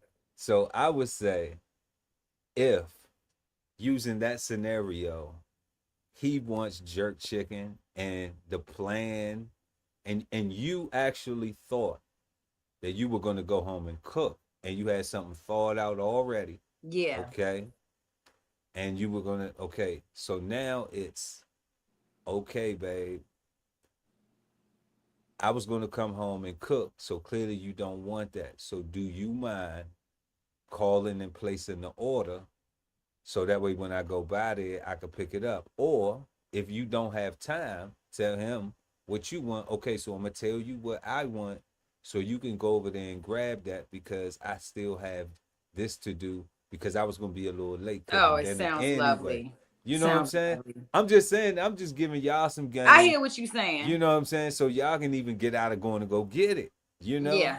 I hear what you're saying, but the problem with that solution is, for one, if I already took out some food to cook and then you want me to go spend some money, or even him spend some money on some out food, that's defeating the purpose of cooking in, like we already planned to do. The second thing is that I can send you to the market to go get the stuff, but 9 times out of 10, you gonna forget something, or you gonna grab the wrong stuff. I don't know. It's just better. I like that you're a problem solver and you came up with those solutions versus throwing a fit. So you already are an outstanding husband on that perspective. You would be I'm the chef. You would be even more outstanding husband if you told me on Friday that you wanted curry chicken on Monday. Man, I'm just saying, y'all don't sound like y'all menu planning too good.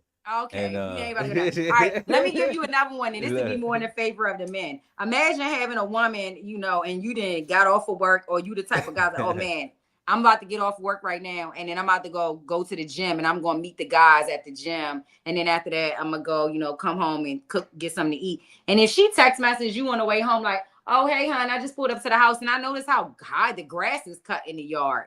Can you cut the grass today? It's like you could, and you could even cut it tomorrow. But she's making a last minute request for you right now when you didn't have your evening planned out. And again, these are all minor, so they're not detrimental. Okay. But anything continuously requested like that over the course of your relationship, last minute can drain you, because it ends up derailing what you got for your life. See, I'm one of them people that you know have had a spat with my neighbor, because I like to keep my grass cut, you know. So you know, so me receiving a phone call about you know, can we cut the grass, it's like, nothing to you. It's cool. It just ain't even in my protocol. Like, all right, let me find something your ass baby, don't the grass already cut, baby. You know what I'm saying? Like, I already did that, you know, like, right. You know, like, we keep that, you know, we got to keep, just in case we got to sell that asset, you know, we got to liquidate. If we got to liquidate that, we don't want to, you know, we want the cosmetics to be right. So, then? How about, I don't even want you, how about this? You outside cutting the grass, because that's what you're doing. And that's what you like doing. Y'all got to keep it nice. It's an asset. You might want to sell it, all right? While you out there cutting the grass, the wife call you, all right? And she say, hey babe, you know what? I'm at work and I really wanted to get this stuff to do my hair tonight when I got off, so that way I could be prepared for the rest of the week. She's like, but this store gonna close before I get off. And in fact, they close the next 15 minutes. So can you run over there and get this foam setting spray that I need? So now you need to drop what you're doing. Okay. No. What you mean though? No, you wrong for calling and asking me 15 minutes before they close. Thank you. You right about that. You wrong for calling and asking me 15 minutes before they close. You right about that, baby. Now, if you would have called me an hour before, then yeah, I could have went over there and got it. And I would have, and then I would have just said, okay, text me exactly what it is. Now, if you need me to go in the bathroom and take a picture of this and take it, I might be like, babe, you're gonna have to get that shit tomorrow. You know what I'm saying? That's what I'm saying. But if you know what it is and you have a picture of it and you can tell me exactly and you can send me, okay, boom, then I'm gonna go get that. Yeah, but an hour ago ain't last minute enough for you to get our example. But for some people would say that an hour is not good. It's not enough time, especially if you're about to cook some food that need to simmer for 3. But you get You get where we coming from. I don't get where none of y'all coming from, okay? Look, Uh-huh. look, Uh-huh. Dr. Mo had one I wanted to pull up here. She had a scenario, okay. Here we go. His homeboy invited us to a cookout and I'm trying to surprise him. Negro, you should have told me that this morning. I got plans. Okay. Yeah. I agree with that. I I agree. agree with her too. I agree with that because I don't have no last minute cookouts. I don't even do that. I won't go. If he telling me last minute, I'm not trying to go. Right, You know? right. Yeah, if he telling me Thursday, tomorrow, man, we grilling out, you gonna pull up? Nah. Right. Nah. Right. Right. No, I'm not. Now, if you would have told me Monday, then yeah, I probably would pull up on Friday. But that's just not, that's not how I'm put together. Um, Here's another one. I already showered and ready to wine and dine, and he talking about we have an office party. Okay, but but you're not invited to the office party, I'm assuming. Or But is it how was that last minute though? I feel like we straying away from last minute requests. I guess that would be last minute if he is Oh, like if net he if telling her like, dang, babe, I forgot I came to work today. They let us know office party after we close today, like that type of and thing. yeah, so I mean, Yeah, I feel her so on that. I mean those things are where you sit down and you have to communicate to be like, look, we don't mind changing plans. Oh, she's saying he wants me to leave out with him. Like she got to hurry up and go get herself together. No, because in that scenario, uh, but that's still okay. If he wants you to leave with him, that's cool, right? No, but she need to get herself together. She might need an hour and a half. Hold up, but she said she was already ready to wine and dine. In I the thought she house, was. that could be in a robe with her body mist on, with no makeup, hair pulled back, freshly brushed teeth, silk robe, dinner ready. That could be wine and dine, glasses on the table. That could be what that means. See, say it again, sis. I did. Okay, well, That's right, pardon me. ladies. We up Pardon one. me. I'm just saying, put on some clothes and roll. Like, Oh my gosh, you is such a man. put your, put your, pour your wine in a Yeti. You know what I'm saying? Pour your wine in a Yeti and let's And then ride. yeah, it's gonna stay cool. Yeah, pour your wine in a Yeti, and we ready. You know. Yeah. But I actually do feel her as far as one of the things to sustain is don't be last minute requesting your partner down. It happens. I mean, it happens, but try to be like you say, proactive and allow planning time. Yep, it Yeah. is, and that's what we seen a comment. I think Bubble and Brown put something in there when we was talking about what things are important in sustaining. Mm-hmm. Um, and that is where effective communication is is one of them things that would definitely help with those scenarios that yourself and Dr. Lamb Yeah. was just Keyword sharing with us. effective. Keyword Effective. effective. Yeah, not just Yeah. communicating because people could just be talking and one person not listening. They hear you, but they not listening. Or you could be, like you said, trying to get a message across and effectively not doing it because the verbiage or the tone is coming off as an attack and not as a conversation. So Definitely that fire and desire is for needed. sure. So if y'all just joining us, make sure to like and share this video. Also subscribe to the channel and hit the notification bell. So when we go live, you never miss an episode of the Love Speak. We are discussing tonight's topic, falling out of love. And we have been answering our questions tonight, and we are on our fifth and final question. Shout out to everybody in the chat who has been keeping the show entertaining, and Yes. fun, and letting they love speak in the comments. We really, really appreciate y'all. Our final question: is it possible to rekindle love after falling out of it, and how?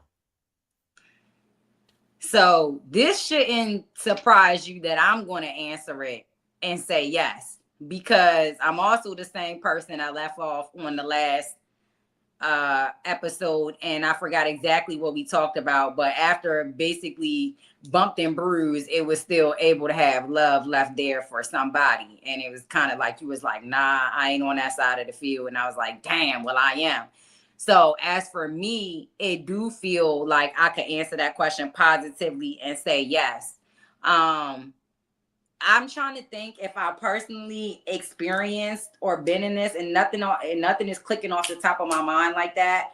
But I genuinely feel like that a couple that was together that has fell out of love, and if they have separated and took the time to live their own lives individually, that there may be a possibility to rekindle the love afterwards, because it's simple. Sometimes the grass ain't as green as you think it is on other sides.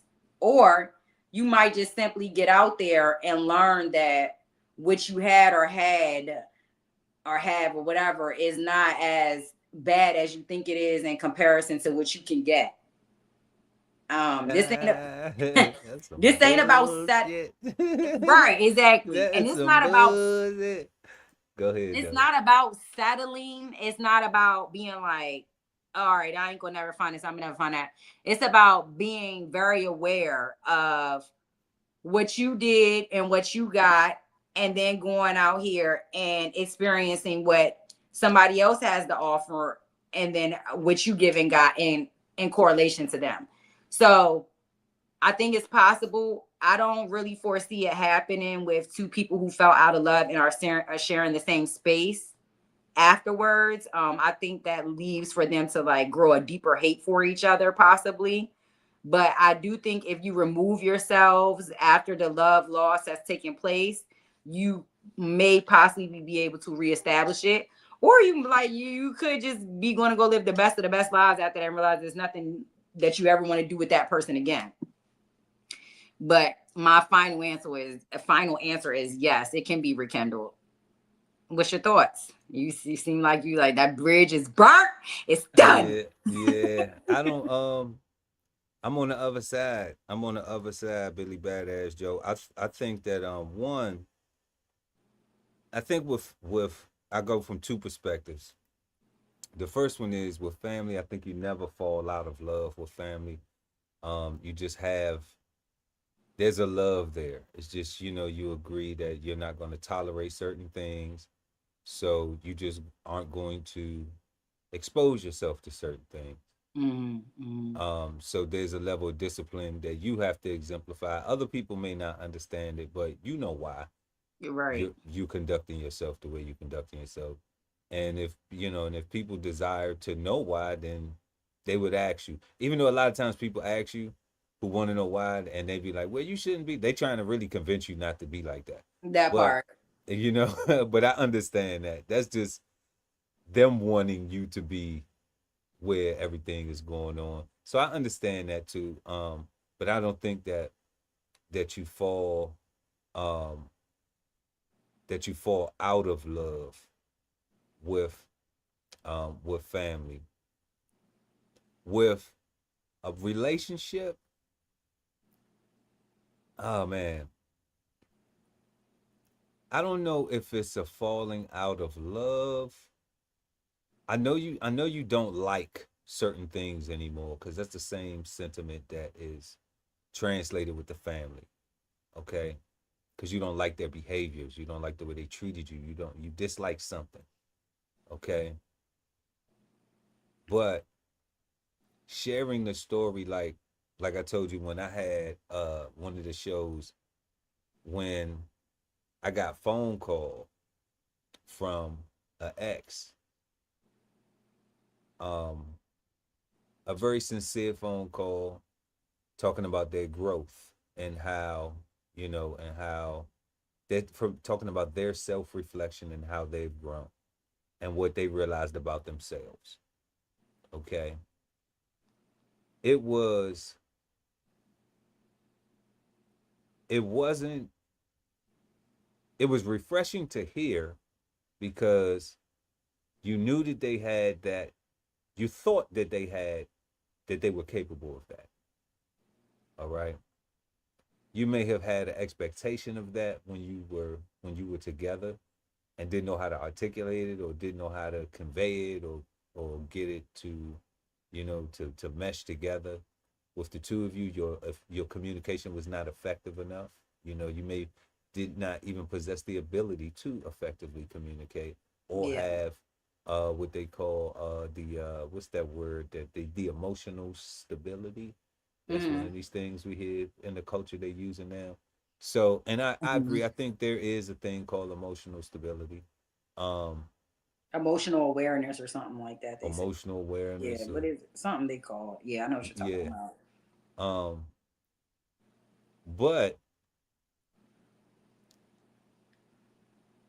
but the only thing that's like, is it love? Like I even question it.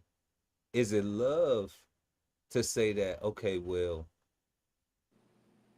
you still feel bad for the person, like you were glad that they finally were maturing, all right, but you're not happy that they're maturing and they with somebody else. So now, Right. so it's like what you calling to tell me that for? Like, About this person getting a better part of you that I ain't get to experience.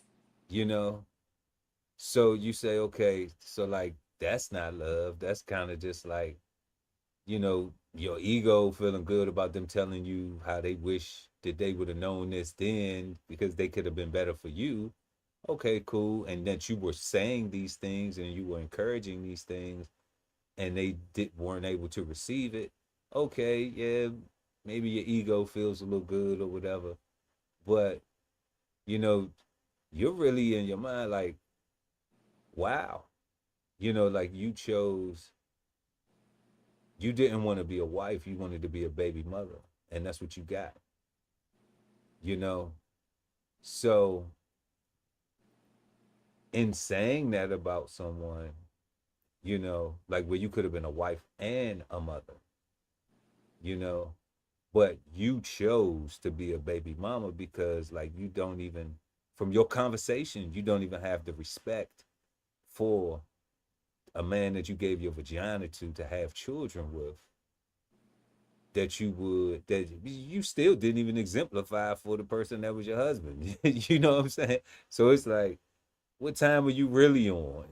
I Yeah. think you really just doing your thing, living your best life, and you know, salute to you. But I don't think that there's any love in that. It's just more of a reflection, looking at how two people have grown, looking at the experience that the time that, what did I value out of that relationship? What was my benefit? What did I gain from it? you know, because we know what we could, say we failed at. Like I don't have a problem with saying I failed at anything because I learned something. Yeah. I don't take losses. I take learning lessons. You know, Yeah. so understanding that, that's what I look at it. But it's like, okay, was there really, did I really, in correlation to the question, did I really, would we even have been able to rekindle a love, you know like after you go through so much stuff? Is that a love? I do think that's settling, because that person has already showed you who they are, you Yeah. know and that's not to say that people don't grow and they don't change, but you know how long before they show that again? you Good know question. how Yeah. long how long do they before they show that again? What things do you have to, uh what is the communication like that to reassure that you won't have to experience those things again? you know, and that's on both sides. That's on whatever they saying, whatever Mm. um whatever their reason is for doing it, you know. And I always think that whenever a person is always like, well, if you wouldn't have did this, I wouldn't have did that. I think that those are um cowardly people because they don't accept accountability for their own actions, you know. I'm gonna And have to chime in on that when you get done, because I ain't no coward. well, I understand. I understand the mindset of who threw the first punch. Mm-hmm. Okay, and that's a fair question of who threw the first punch. Mm-hmm. Okay, because you have to find out the root cause of a thing. All Mm-hmm. right. However, it didn't mean that I had to respond that way. And Right. that's where the self accountability comes from, You 100% right. Yeah. you know? So just because you threw the punch didn't mean I had to punch back, didn't mean I had to shoot, stab, Right. or I any of could have that, or exited. Right. through a stone, you know? Don't mean I had to tell on you.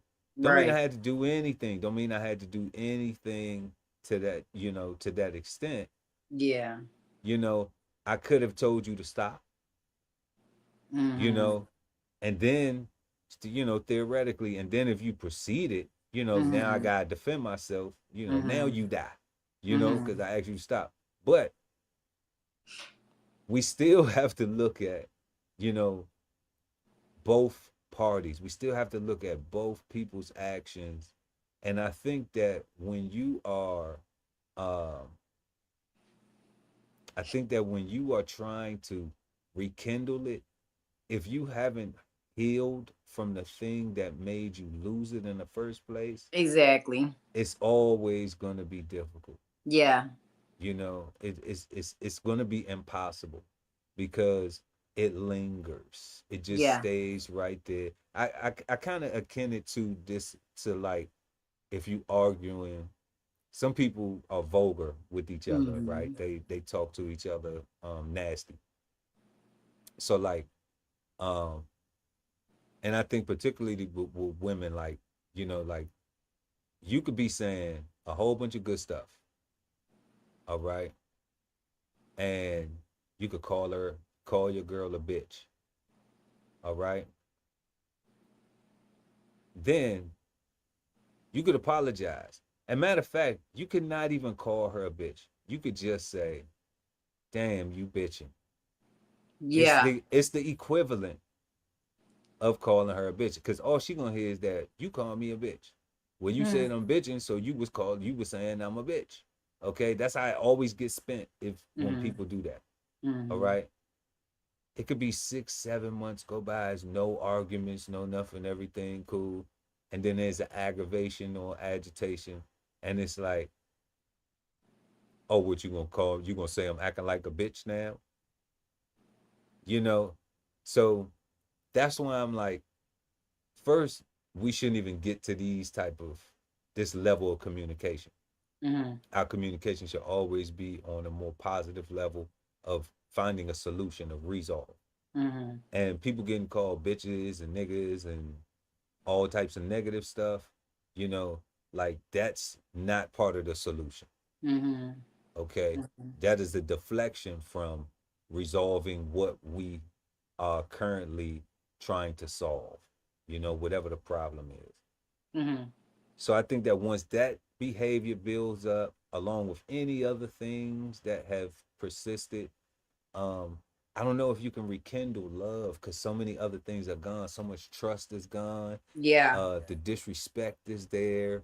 Yeah. And it lingers. The, you know, the amount of times that you endured and you gave so many Yeah. chances, you had so much hope and got let down. You know, um, yeah, Billy I Badass mean, Joe. I don't know if it's I possible to rekindle see. love after you fall out of it. I'm not mad at where you coming from because I completely understand it. And that's why I say in the beginning, I feel like it can be done with time set apart from each other. But sometimes that time set apart makes you realize that, in fact, you don't want to go back to that because, like you said, the amount of times of this and the amount of times of that. And the most key important statement that you made out of everything you said was, if you haven't healed from whatever it is or was that got y'all to that place, then trying to rekindle it is basically like opening up the, here, let me take the stitches out that ain't even really stitches, and let me pour some more salt in that shit, because it's about to burn, because it was never healed anyways. I do agree with that 110%. And that's why some people do go back together and fall back out, go back and try it again and fall back out, because they never hit the healing process. Another thing that I want to say in correlation to, or not correlation, but you use the old relationship as an example, and her calling you, right? And her making mentions to you. And I feel you even on that, because as I said, why do I want to hear about you giving the better part of yourself to somebody else when I already been down that road with you and I tried to bring that part out of you, right? And that's natural for humans to like internalize something like that. But this is where I say I'm complicated and I'm different, because you may have not have seen that as no loving gesture, or no, to you it was an irritation, but to me it represented a woman not necessarily trying to rekindle, but understanding that love was what you was offering her back then, because she came back around to acknowledge that, hey, this is what's going on in my life. And not only did she acknowledge it and internalize it in her own life, but she made that phone call to honor you in a way by saying what you were bringing up to me was very much valid, even though I didn't agree with it back then, right? So like I said, it stroked the ego a little bit, but yeah, you know, exactly, but it's just like, exactly. But I respect the fact that it didn't waver you into feeling like, damn, I want to be back in love with this person. Because guess what, baby girl, like, you messed that up for you. It's a done deal. But let's say if you was not you per se, but a person in your situation was single and did have the time and opportunity, and then she came and approached you like that, and then maybe because you ain't been intertwined, or you ain't engaged, or you ain't married, you ain't, and then you start, so that's how people do fall back in love. That's an example of how they do. It just so happens she ended up coming to a man that ain't going for it, and you done moved on with life. You know, you married, you happy and stuff like that now. But that is a way of how people do rekindle and fall back in love. That time is spent apart. They go out and their experiences are, you know, different things. And then she ended up getting the experience that made her realize, like, damn, shit ain't green over here. So then she came back around. It just so happened she ain't find somebody that had the same experience. You went out and experienced and found better, or, you know, so. But I hate that shit right there. I don't like that. Yeah. She went out and realized the grass wasn't as green. Nah, it wasn't. It might have been 3 kids and a couple jobs later, but if you should have recognized the grass you had, if you would have cut it. You know? Yeah. You know, if you'd have kept the grass cut, shoulda, coulda, woulda, though. You know what I'm saying? So it's Dr. Mo said she was looking for stability and support. You know. When she reached back out to him and told him that she recognized what he was saying is true, or she was reaching for stability and support when she was out here and living doing her whatever. Best life. Yeah, living her yeah, best life. like which one? Oh, okay, pretty much. All right, yeah, because it's like, and then Miss Lamb said something else too. Dr. Mo agreed cussing is a no. She said, let me go back into the comment. Always called the reach back. Right. Yeah, reach back there. Yeah. Look. No more reach back. Yeah, right. No more reach back. No more reach And she back. actually, okay, this is the last one. She actually looks like she's on your side.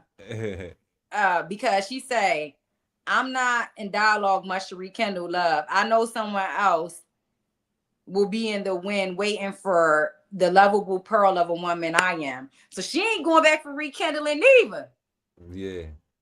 Yeah. So to all of you people out here who have y'all opportunities with DJ Chef Pearl and Miss Dr. Mo Lamb, DJ, y'all better do right by them the first time, because they said y'all ain't coming back across that bridge. Yeah, we don't do, you know. the second time around. Nah, Mm-mm. we ain't doing all that. No You know. side. Nah, I learned my lesson the first time. And Mm-hmm. even though we tried, we tried it. I'm not gonna say that I didn't that I haven't been a second time around her, you know. But Yeah. and tried to rekindle love, and Yeah. actually tried to rekindle That's how you love. know it don't work for you. You tried it out. But yeah, but my experience was nah. That person is gonna be, who they Right. are, and and like and this right here says usually if you leave uh Usually if I usually leave if I leave you disrespectful in my face, it hurts too bad. But let me say this. Um Usually if I leave you disrespectful in my face and it hurts too bad. Okay. yeah, let me say this. If you leave because of the disrespect, then you already know what you left for the first time. Mm-hmm.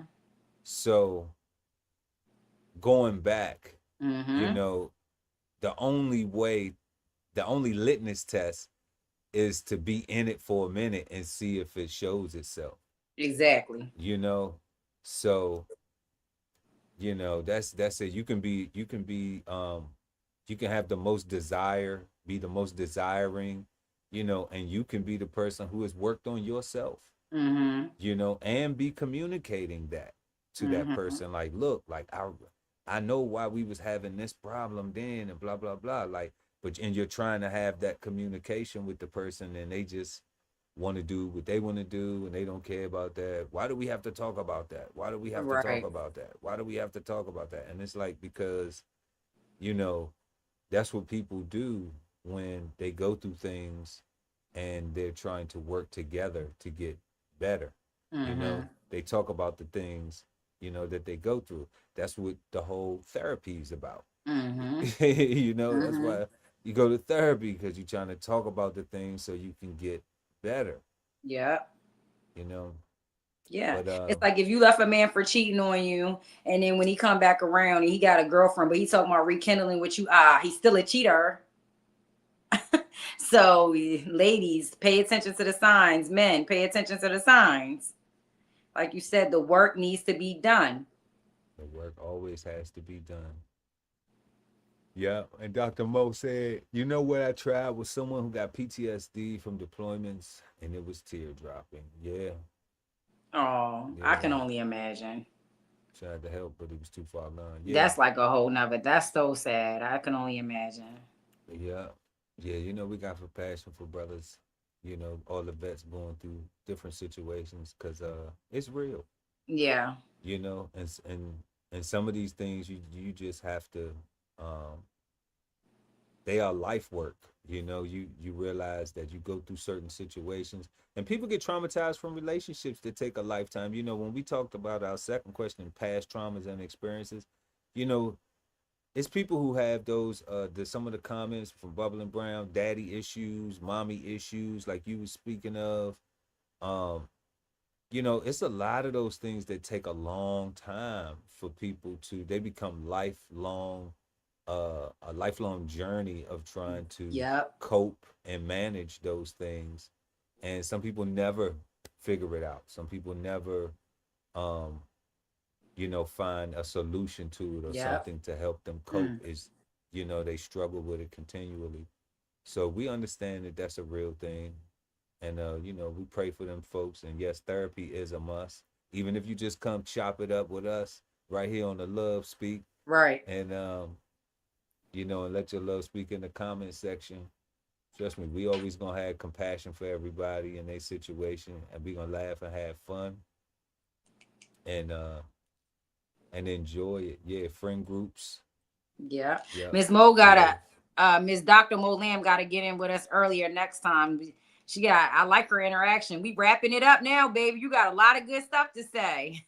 Oh yeah, yeah. Dr. Mo is always one of our biggest contributors and always active in the chat throughout Yeah. the DB Chef TV network. So I we appreciate love you, that. Dr. Mo. Shout out to you every time pulling up. Shout out to Bubble and Brown.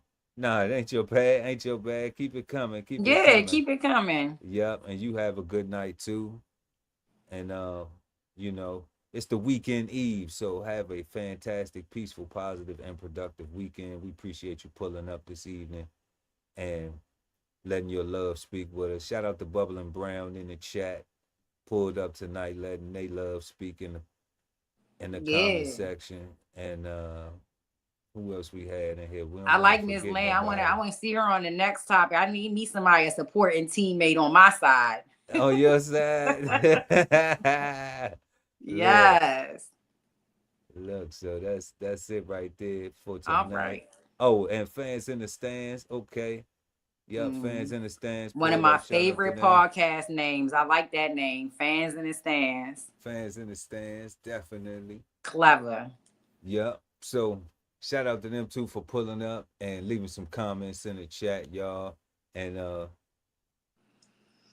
mostly everybody who's out there watching, make sure y'all hit that like button, y'all. Make sure y'all hit that like button. We appreciate it. It helps us get this content to more beautiful people like yourself. And definitely we will see y'all next time right here on the Love Speak podcast. Tonight, y'all, our conversation was about falling out of love.